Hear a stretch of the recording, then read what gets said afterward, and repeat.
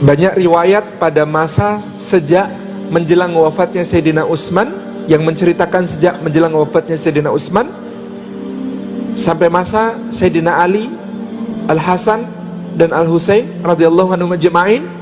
Pada masa-masa itu kita sangat harus berhati-hati mengambil sumber riwayat, karena masa itu masa yang sangat penuh dengan fitnah, sehingga banyak ulama yang sudah menulis buku secara khusus untuk memilih riwayat-riwayat yang jernih tentang peristiwa-peristiwa seputar zaman itu. Di antaranya adalah Al-Qadhi Abu Bakar Ibn Arabi, Al-Qadhi Iyad, dan juga ulama-ulama yang lain yang mencoba memilah riwayat-riwayat yang sahih tentang peristiwa pada zaman tersebut.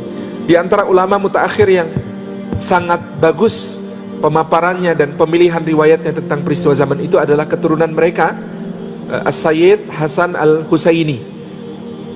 Ini seorang ulama dari Kuwait, keturunan Nabi SAW dari jalur Sayyidina Husain. Sayyid Dr. Syekh Hasan Al-Husaini ini memaparkan tentang peristiwa-peristiwa seputar zaman itu dengan sangat jernih. Di antara tadi tentang peristiwa Waqatul Jamal, insiden perang berunta. Sumbernya apa yang terjadi ketika Madinah penuh huru-hara setelah terbunuhnya Sayyidina Utsman bin Affan, maka beberapa sahabat menghindarkan diri dari kota Madinah. Talha radhiyallahu anhu pergi menuju ke Makkah. Demikian pula Az-Zubair radhiyallahu anhu. Sementara di Makkah ada ibunda kita Aisyah radhiyallahu anha. Pada saat itu di Madinah orang mencari orang yang mau dibaiat, semua menolak. Termasuk juga Sa'ad bin Abi Waqqas menolak mentah-mentah dibaiat. Maka mereka tidak punya pilihan selain membaiat Sayyidina Ali bin Abi Thalib. Maka sah secara hukum Sayyidina Ali bin Abi Thalib karena dibaiat oleh Sawadul A'dham, mayoritas, untuk menjadi khalifah. Nah, Sayyidina Talha, Zubair, dan ibunda kita Aisyah mendengar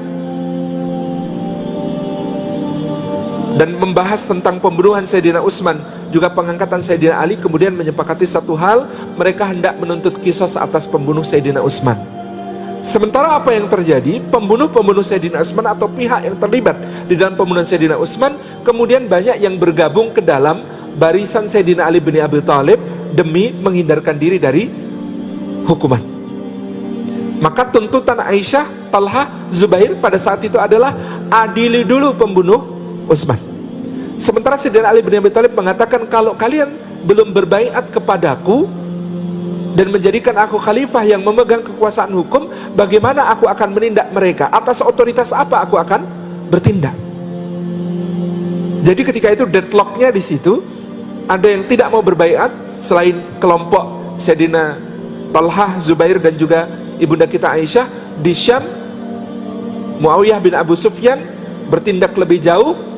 Pakaian Sayyidina Utsman yang berlumuran darah dan juga jari jemari Nailah binti Al-Farasifah Al-Kalbiyah, istri Sayyidina Utsman yang terpotong ketika melindungi suaminya, diangkat di Damaskus untuk membuat massa kemudian bergejolak. Massa menjadi sangat terprovokasi oleh hal tersebut dan menuntut bela atas kematian Sayyidina Utsman. Nah, yang pertama kemudian Talha, Zubair, dan Aisyah bergerak ke Basrah. Orang-orang di Basrah membaiat mereka untuk kemudian mereka mendirikan kubu-kubu pertahanan siap berperang.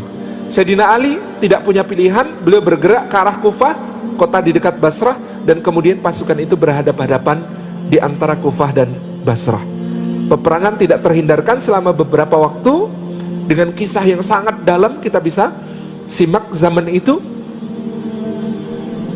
bagaimana Sayyidina Ali mencoba untuk menembus kebuntuan dengan mengajak berunding. Diajak Sayyidina Zubair datang, diundang secara pribadi ke kemah Sayyidina Ali. Sayyidina Ali mengatakan di dalam surat itu, betapa rindunya aku kita bersama di sisi Rasulullah mengayunkan pedang ke arah yang sama. Kenapa sekarang pedang-pedang kita berhadapan? Maka Zubair datang, dan kemudian Ali radhiyallahu anhu mengatakan kepada Zubair bin Awam, sepupunya. Dari mana sepupu? Zubair adalah putra Safiyah binti Abdul Muthalib. Safiyah adalah adiknya Abu Talib bin Abdul Muthalib. Jadi antara Zubair dengan Ali itu sepupu. Kemudian Sayyidina Ali mengatakan kepada Zubair bin Al-Awwam, ingatkah engkau wahai Zubair, pada suatu hari Rasulullah menggandeng kita berdua. Kemudian Rasulullah bertanya, apakah engkau mencintai Ali wahai Zubair? Apakah engkau sayang kepada Ali wahai Zubair? Kata Zubair ketika itu, bagaimana mungkin aku tidak menyayangi putra pamanku ya Rasulullah. Kemudian, ingatkah engkau wahai Zubair apa sabda Rasulullah ketika itu? Rasulullah ketika itu bersabda kepada Zubair bin Al-Awwam, wahai Zubair, engkau memang menyayanginya, tapi engkau suatu saat akan mendoliminya. Lalu Sayyidina Ali mengatakan, mungkin hari itu adalah hari ini wahai Zubair, engkau mendolimiku, seperti yang dikatakan Rasulullah. Zubair kemudian menunduk dan menangis, mengatakan engkau benar, hari itu adalah hari ini aku telah berbuat zalim kepadamu. Lalu kemudian mereka sepakat untuk damai. Dipersilahkan Zubair ada di situ. Ternyata Ali juga mengundang Talhah radhiyallahu anhu. Undangannya sama. Begitu Talhah sampai, Sayyidina Ali menghadap ke arah lain, kemudian mengatakan, membaca surah Al-Ahzab ayat 53. Wa idza sa'altumuhunna ammata'in fas'aluhunna min wara'i hijab. Kalau kalian meminta sesuatu kepada istri-istri Rasulullah, bicara kepada mereka, maka lakukan pembicaraan itu dari balik hijab. Dan janganlah kalian menyakiti Rasulullah, dan diharamkan bagi kalian menikahi istri-istrinya sesudah wafatnya. Kata Sayyidina Ali, engkau ingat hai Talhah, surat ini turun tentang siapa? Ayat ini turun tentang siapa? Talhah mengatakan, tentang aku. Jadi itu ayat yang turun ketika suatu hari Talhah bicara dengan ibunda Aisyah, karena mereka saudara sepupu dari pihak ibu. Sementara Rasulullah datang, dan Rasulullah sebagai suami ibunda kita Aisyah sangat manusiawi, merasa cemburu dan kemudian memberi isyarat kepada ibunda kita Aisyah untuk masuk. Aisyah masuk dan Talhah tersinggung. Ketika itu Talhah sampai bersumpah, demi Allah, kenapa Rasulullah melarang saya bicara dengan sepupu sendiri? Demi Allah, kalau Rasulullah wafat tidak akan ada yang bisa mendahului saya melamar Aisyah. Lalu peristiwa itu terjadi. Ucapan itu didengar sampai kepada Sayyidina Umar. Sayyidina Umar marah-marah mendatangi Rasulullah, mengatakan, ya Rasulullah, mulai hari ini jangan ada yang lihat istrimu, hijabi, tutup rapat-rapat ya Rasulullah. Ini kata Sayyidina Umar. Sayyidina Umar belum terkatup bibirnya, ayatnya turun, surah Al-Ahzab ayat 53 tentang hijab untuk istri-istri Rasulullah dan larangan untuk menikahi mereka sesudah Rasulullah wafat. Ayat itu disampaikan kepada Talhah. Talhah menangis, sangat menyesali ucapannya. Dia merdekakan 2 budaknya, dia sedekahkan 10 untanya, umrah jalan kaki ke Makkah untuk menebus dosanya. Dan salah satu hal yang paling berat bagi Talhah, dia merencanakan untuk istighfar dengan cara umrah dulu, menebus dosa kepada Allah, nanti pulang meminta maaf kepada Rasulullah. Ketika Talhah pulang, Rasulullah sudah wafat dan dikuburkan. Bayangkan seperti apa perasaan Sayyidina Talhah pada saat semacam itu, sehingga ketika Sayyidina Ali baca ayat itu, jeleknya rasanya gak karuan. Apalagi Ali kemudian mengatakan, sekarang kenapa ketika Rasulullah benar-benar wafat, kau tinggalkan istrimu di rumah, sementara kau ajak Aisyah berperang di sisimu, naik unta. Kemudian Sayyidina Talhah menyatakan, aku telah berbuat zalim. Perdamaian kemudian tercapai antara Sayyidina Ali, Talhah dan Zubair.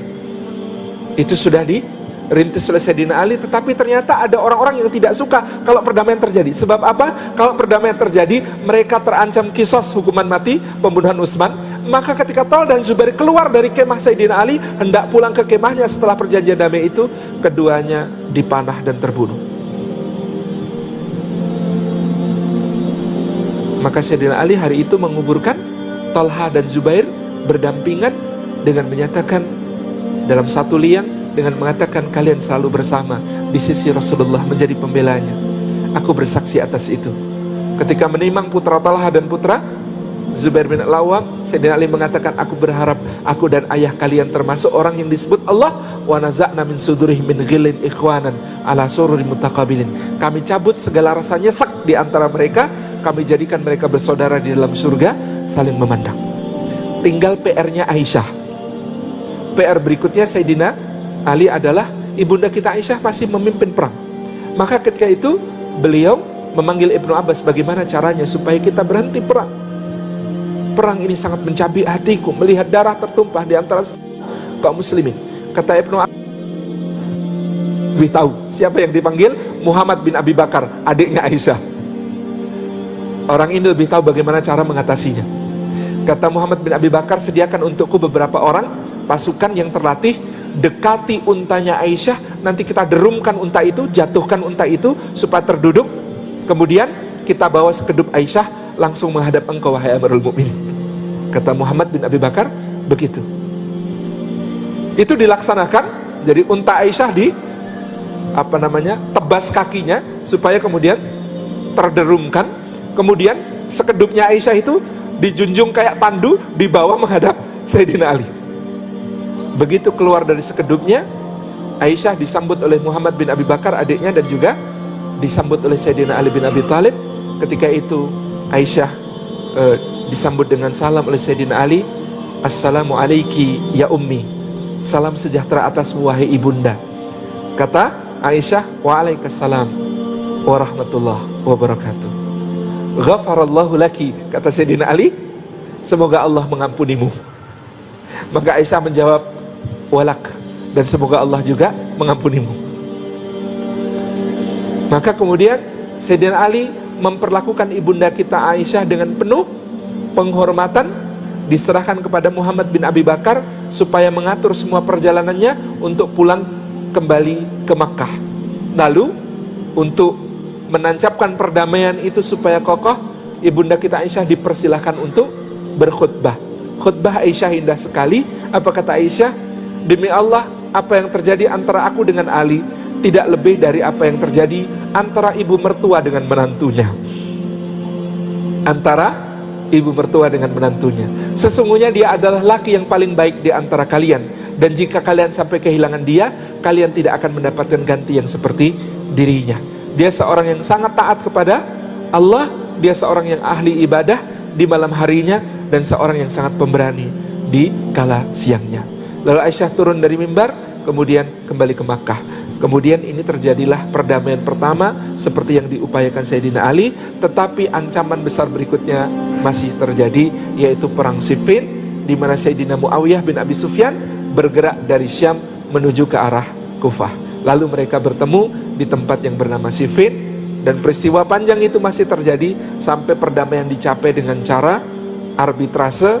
Sayyidina Ali mengutus Abu Musa al-Asy'ari, dan Sayyidina Muawiyah mengutus Amr bin al-As untuk merindungkan kesepakatan perdamaian di antara kaum muslimin. Jadi ringkasnya, menolongnya Sayyidina Ali kepada Aisyah dalam peristiwa bahwa demi mendamaikan kedua kelompok kaum muslimin yang berperang itu, Sayyidina Ali memutuskan harus menjemput Aisyah untuk dibawa ke hadapannya untuk diajak berbicara, dan ini yang kemudian tercapai